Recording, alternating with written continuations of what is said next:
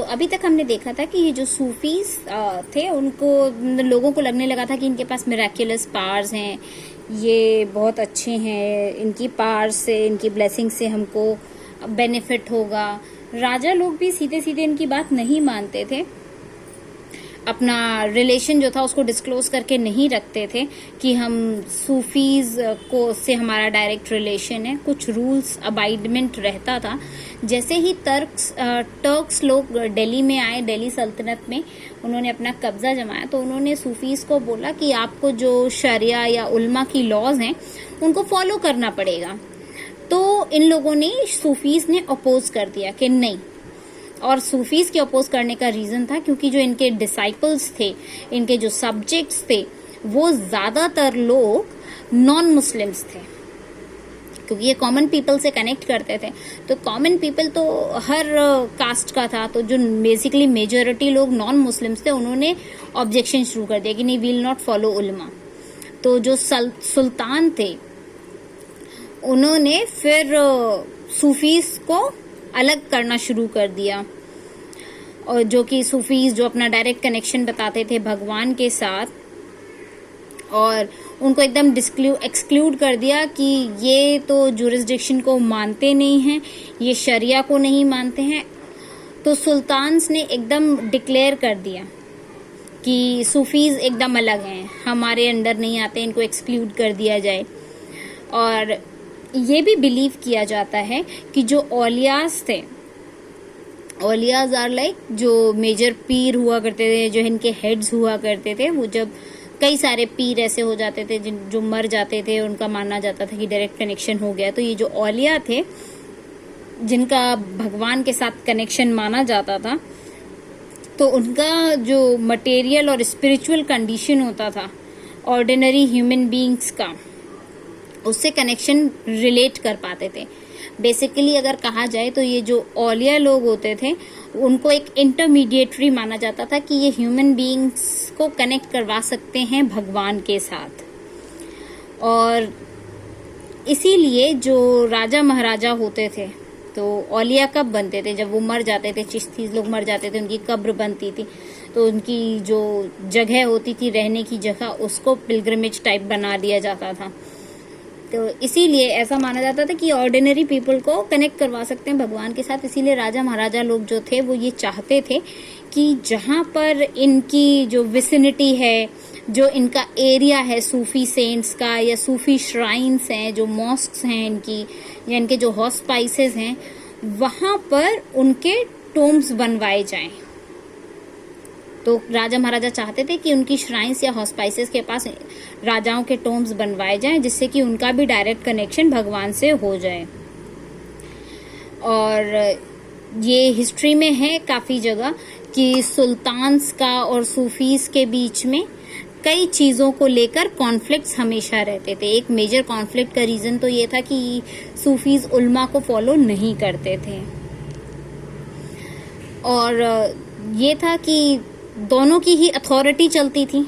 Sultans को इसलिए भी प्रॉब्लम थी कि सूफीज को as a major authoritative person माना जाता था, तो उनको कई बारी सुल्तान से भी ज्यादा वैल्यू दी जाती थी। कई सारे ऐसे रिचुअल्स होते थे जैसे कि प्रोस्ट्रेशन या kissing of the feet. Prostration is सीधे सपाट साष्टांग पोजीशन में लेट जाना जमीन पर और उनके पैरों को चूमना।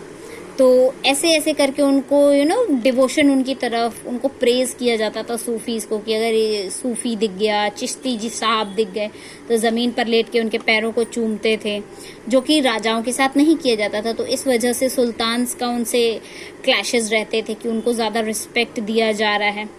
और ओकेजनली जो सूफी शेख हुआ करते थे उनको बहुत ज्यादा सुप्रीम टाइटल्स भी दे दिए जाते थे, जो कि सुल्तान या राजा से भी बड़े थे। जैसे कि निजामुद्दीन औलिया जो थे उनको सुल्तान उल मशैख भी कहा जाता था, मतलब शेख के बीच का सुल्तान। शेखों, जितने भी शेख हैं उनमें उनका सुल्तान, शेखों का सुल्तान। तो सुल्तान उल मशैख कहा जाता था निजामुद्दीन औलिया जी को। अब इस तरफ अगर हम देखें तो यहाँ हमारा आ जाता है जो दूसरे सूफीज हैं, जैसे कि शुरावर्दी, ये दिल्ली सल्तनत के अंदर थे।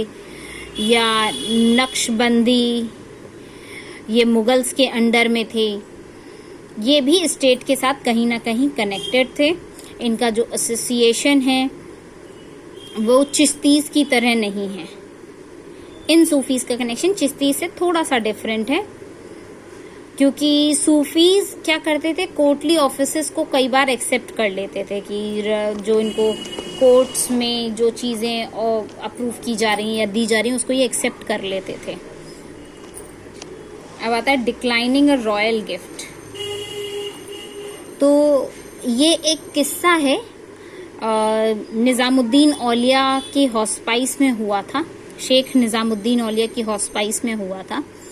ये किस्सा लिखा है अमीर हसन सिजी ने।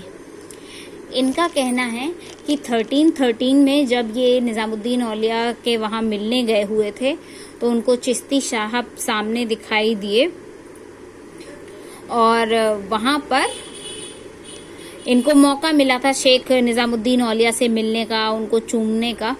तो ये जब वहां पर थे तो उस समय पर एक लोकल जो रूलर था उस जगह का, तो उन्होंने, लोकल रूलर ने निजामुद्दीन औलिया जी को 2 गार्डन्स और काफी सारी लैंड गिफ्ट में दी थी कि आप अपने मेंटेनेंस के लिए ये रख लीजिए, अच्छा रहेगा। तो गार्डन्स और कुछ लैंड प्रोवाइड कराई थी, लेकिन निजामुद्दीन औलिया जी ने उस डील के लिए मना कर दिया था। Had not accepted the gift, उन्होंने वो गिफ्ट एक्सेप्ट नहीं किया था और इंस्टेड उन्होंने कहा कि मैं इन गार्डन्स का, इन फील्ड्स का क्या करूंगा, कोई हमारा स्पिरिचुअल मास्टर भी ऐसी कोई चीजें नहीं रखता है। फिर उन्होंने एक एप्रोप्रिएट स्टोरी सुनाई कि सुल्तान घियासुद्दीन जो थे, जो कि एक टाइम पे उनको उलुग खान भी कहा जाता था, वो जो शेख फरीदुद्दीन के पास पहुंचे। घियासुद्दीन जिनको उलुग खान कहा जाता है, वो शेख फरीदुद्दीन के पास पहुंचे और उन्होंने कुछ मनी और कुछ लैंड, 4 गांव उनको ऑफर किए कि आप ले लीजिए शेख साहब। तो उन्होंने कहा कि हम इनका क्या करेंगे, जमीन तो मेरे किसी काम की है नहीं। और मुस्कुराते हुए शेख अल इस्लाम जो फरीदुद्दीन जी थे, उन्होंने कहा मुझे तुम पैसे दे दो, लैंड तुम अपने पास रख लो, क्योंकि ये जो पैसे तुम मुझे दोगे ये जरूर मैं गरीब पे और जरूरतमंदों पे खर्च कर सकता हूँ, जमीन का मैं क्या करूंगा। तो उन्होंने जमीन लौटा दी थी और पैसे ले लिए थे। ये फतेहपुर सीकरी की मजार है और ये मजार शेख सलीम चिश्ती की है। उसके बाद आता है डिवोशनल पाथ। डिवोशनल पाथ मतलब अपने आप को भूलकर, सब कुछ छोड़कर सिर्फ भगवान की बातें करना, न्याय की बातें करना। और ये नॉर्थ इंडिया में बहुत चल रहा था फिर आगे जाके।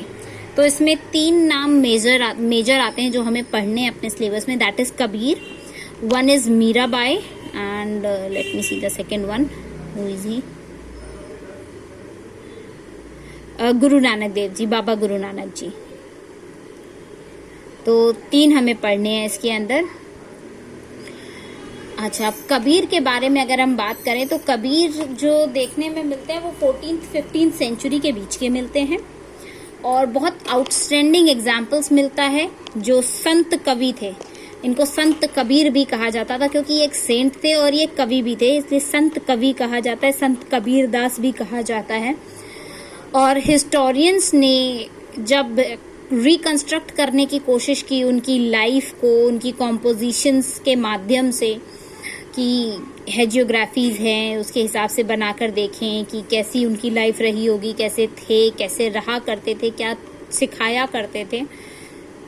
तो ये बहुत ज़्यादा चैलेंजिंग रहा क्योंकि ये जो कबीर थे, कबीर की जो वर्सेस रहीं, जो दोहे वगैरह उन्होंने लिखे, वो 3 अलग अलग चीजों पे थे लेकिन ओवरलैपिंग ट्रेडिशंस पे थे। 3 अलग अलग चीजों पे लेकिन फिर भी एकजुट। तो बड़ा कंट्रोवर्शियल हो गया कि कैसे कह सकते हैं, कैसे उनको डिसाइड किया जा सकता है कि ये किस कास्ट को बिलोंग करते थे या किसका प्रचार करते थे। जो कबीर थे, द कबीर बिजाक, इनको कबीर बिजाक लिखा गया है, लेकिन वैसे पढ़ते हैं इसको कबीर बीजक। कबीर बीजक नाम से कबीर पंथ में है, जो कि कबीर के दिखाए हुए पाथ पे चलते हैं, इनको कबीर पंथ कहा जाता है। कबीर पंथ के द्वारा लिखा गया है कबीर बीजक। वाराणसी में फॉलो किया जाता है और उत्तर प्रदेश में फॉलो किया जाता है। फिर दूसरा इज कबीर ग्रंथावली, ये दादू पंथ का है, राजस्थान। तो कबीर ग्रंथावली दादू पंथ का है, राजस्थान में फॉलो किया जाता है। और इनकी जो बाकी की कॉम्पोजिशंस हैं वो आदि ग्रंथ साहिब में भी हैं। तो आदि ग्रंथ साहिब का एक सेक्शन हम 8.2 में देख सकते हैं। ये जितनी भी इनकी मैन्यूस्क्रिप्ट्स रही, कंपाइलेशंस रही, ये सारी की सारी उनके डेथ के बाद की हैं, कोई भी उनके लिविंग टाइम की नहीं है। ये 19th सेंचुरी में जाके जो एंथोलॉजीज थी उनकी वर्सेस की, जो बुक्स में जिनको टेक्स्ट में उनको लिखा गया था, उनको प्रिंट कराया गया और सर्कुलेट करा दिया गया सभी रीजन्स में, बंगाल, गुजरात, महाराष्ट्र, सब रीजन्स में कंपाइल करके फिर प्रिंट करके डिस्ट्रीब्यूट कर दिया गया। जो कबीर की पोएम्स हैं उनको कई लैंग्वेजेस में या डायलेक्ट्स में देखा जा सकता है। कुछ ऐसी भी कंपोज्ड हैं जिनकी स्पेशल लैंग्वेज है, लैंग्वेज ऑफ निर्गुणा पोएट्स या संत भाषा जिसे कहते हैं, जिसका कोई लैंग्वेज नहीं है, वो संत भाषा में है। दूसरे लोग उसको उलट बंसी भी कहते हैं। उलट बंसी is like upside down sayings, मतलब सीधे सीधे डायरेक्टली कुछ नहीं कहना, उल्टा करके ही कहना है। जैसे कि सीधे सीधे मीनिंग्स उनके उल्टे करके बोल देना। तो इनको समझने में थोड़ी सी डिफिकल्टी भी होती है कि अल्टीमेट रियलिटी क्या है इन शब्दों की, क्या कहना क्या चाह रहे थे। जैसे कि उनका एक पंक्ति है, the lotus which blooms without flower, कमल जो बिना फूल के खिले, कमल जो फूल नहीं है।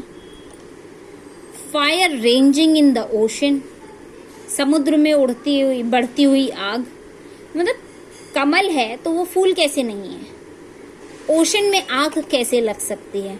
तो ये बताता है, ये ऐसे शब्द दिखाते हैं कि कबीर कितने मिस्टिकल एक्सपीरियंसेस वाले इंसान थे, उनका कितना अलग तरीके से वो सोचा करते थे।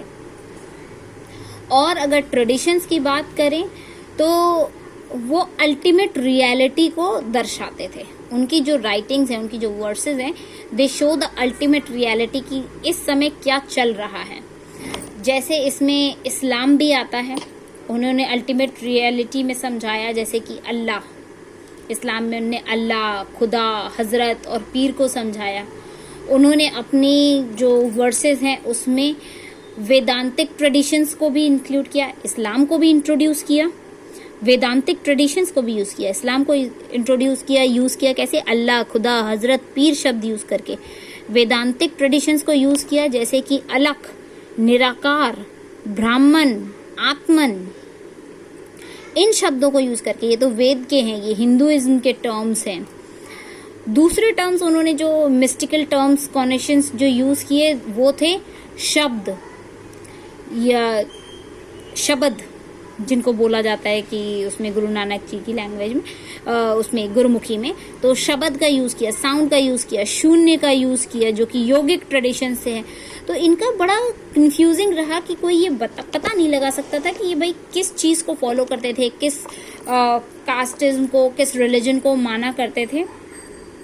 इनके आइडियाज हमेशा कॉन्फ्लिक्टिंग रहे और अपनी पोएम्स में वो ऐसी कॉन्फ्लिक्टिंग आइडियाज दिखाया करते थे, शो किया करते थे। कुछ पोएम्स ऐसी हैं जो इस्लामिक आइडियाज को दिखाती हैं, लेकिन मोनोथेइज्म या आइकोनोक्लाज्म पर अटैक करती हैं, हिंदू पॉलीथेइज्म के या आइडल वर्शिप पे। जैसे इस्लामिक आइडियाज को दिखाती हैं कि एक ही भगवान है, और मोनोथेइज्म जो इस्लाम का एक ट्रेडिशन है कि और कोई भगवान नहीं है, सिर्फ अल्लाह भगवान है, एक ही भगवान है, अल्लाह, एक भगवान को मानो और कोई दूसरा भगवान नहीं है। तो ये मोनोथेइज्म को फॉलो करते हुए नजर आते हैं। और उसी के साथ साथ में वो पॉलीथेइज्म मतलब मल्टीपल भगवानों के या आइडल की वर्शिप को खराब करते हुए मतलब गलत प्रूफ करते हुए नजर आते हैं।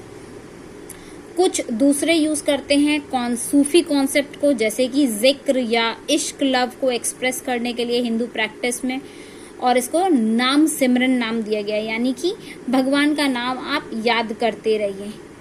तो क्या ये एक्चुअली में इतना ज़्यादा डिफरेंस है कि आप एक जगह इस्लाम को शो कर रहे हैं, एक जगह आप सिखिज्म वाला जो है गुरुज वाला कॉन्सेप्ट है उसको फॉलो कर रहे हैं, तीसरी जगह आप हिंदू के जो टर्म्स हैं उनको यूज कर रहे हैं और साथ साथ में उनकी आइडल वर्शिप को गलत कह रहे हैं कि मूर्तियों की पूजा नहीं की जानी चाहिए। जैसे कि यहाँ पे एक एक्सर्प्ट लिखा गया है जो वन लॉर्ड के लिए इन्होंने लिखा है कि भाई मुझे ये बताओ कि संसार में एक भगवान है या दो भगवान हैं, किसको पूजा जाना चाहिए?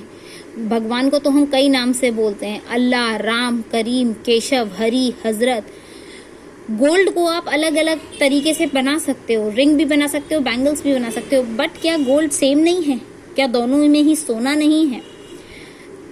Distinctions are only the words we invent. ये जो शब्द हैं ये हमारे बनाए हुए हैं, हम उनको नया नाम दे रहे हैं। किसी को चूड़ी कह रहे हैं, किसी को रिंग कह रहे हैं, है तो वो अल्टीमेटली सोना। किसी को अल्लाह कह रहे हैं, किसी को करीम कह रहे हैं, किसी को हरि कह रहे हैं, किसी को हजरत कह रहे हैं, बट है तो वो एक ही भगवान। और neither can find the only Ram, one kills the गोट।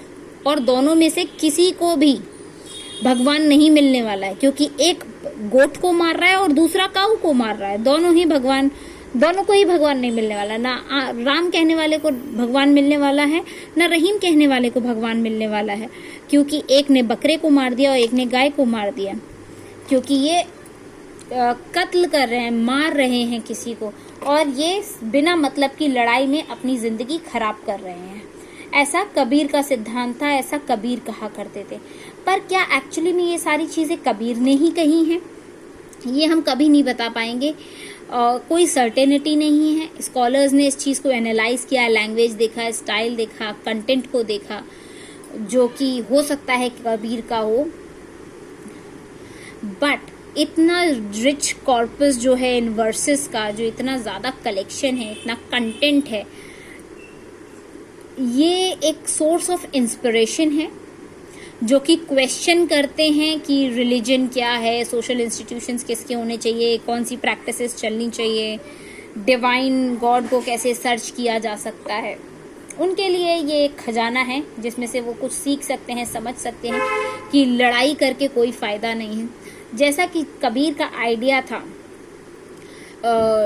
किसी डायलॉग या डिबेट के थ्रू, जो कि वो सिखाते थे या बताना चाहते थे, या जो सूफी ट्रेडिशन था या योगीज का रीजन था अवध का, जो अवध इज लाइक प्रेजेंट में जो उत्तर प्रदेश में है, तो जो उसकी लीगेसी को, कबीर की लीगेसी को जो क्लेम करते हैं कि भाई हम कबीर के वंशज हैं, ऐसे कई सारे ग्रुप्स मिल जाते हैं, और वो आज भी कबीर की दोहों को अपनी जिंदगी में मानकर उतारते हुए अपना जीवन व्यतीत कर रहे हैं। और ये आगे बहुत टाइम तक डिबेट चलता रहा कि आखिर हिंदू थे वो या मुस्लिम थे अपनी बर्थ के अकॉर्डिंग, तो बाय बर्थ वो क्या थे। बट ऐसा कुछ उनकी हेजियोग्राफीज में नहीं निकलकर सामने आया। कई जो उनकी कॉम्पोजिशंस हैं वो 17th सेंचुरी के बाद की ही हैं, जब कबीर को मरे हुए 200 साल हो चुके थे। तो 200 साल यू कैन अंडरस्टैंड कि उस टाइम का कोई भी जिंदा नहीं था, तो उस समय का कोई भी व्यक्ति जिंदा नहीं था जो रियलिटी बता सकता। तो 200 साल के बाद की चीजें हैं, तो इट्स अगेन अ कॉन्फ्लिक्टेड चीज कि वो हिंदू थे या मुस्लिम थे। जो हेजियोग्राफीज वैष्णव ट्रेडिशन में है वो ये सजेस्ट करती हैं कि वो हिंदू फैमिली में बॉर्न हुए थे कबीरदास, और कबीर इटसेल्फ उसका जो मीनिंग है वो अरेबिक वर्ड है, उसका मीनिंग होता है ग्रेट, और उनको एक गरीब मुस्लिम फैमिली ने बड़ा किया था। तो मतलब जो एक कॉन्क्लूड करा है कि जन्म से हिंदू थे लेकिन उनको पाल पोस कर एक मुस्लिम फैमिली ने बड़ा किया था, जो कि बहुत गरीब परिवार था, एक वीवर का परिवार था, जुलाहे थे वो लोग जिन्होंने उनको पाल पोस कर बड़ा किया था। तो वो फाइनली फिर हिंदू थे, लेकिन बाद में मुस्लिम कन्वर्ट हो गए क्योंकि उनको पाला मुस्लिम माता पिता ने था। और फिर जिसकी वजह से ये एकदम भक्ति में इनिशिएटिव लिया इन्होंने और भक्ति में एंट्री कर ली। एक इनको गुरु मिल गए, रामानंद इनके गुरु थे। गुरु रामानंद के सानिध्य में आकर, उनके अंडर में आकर ये भक्ति ट्रेडिशन में एक्सेप्ट कर लिया इन्होंने, भक्ति ट्रेडिशन।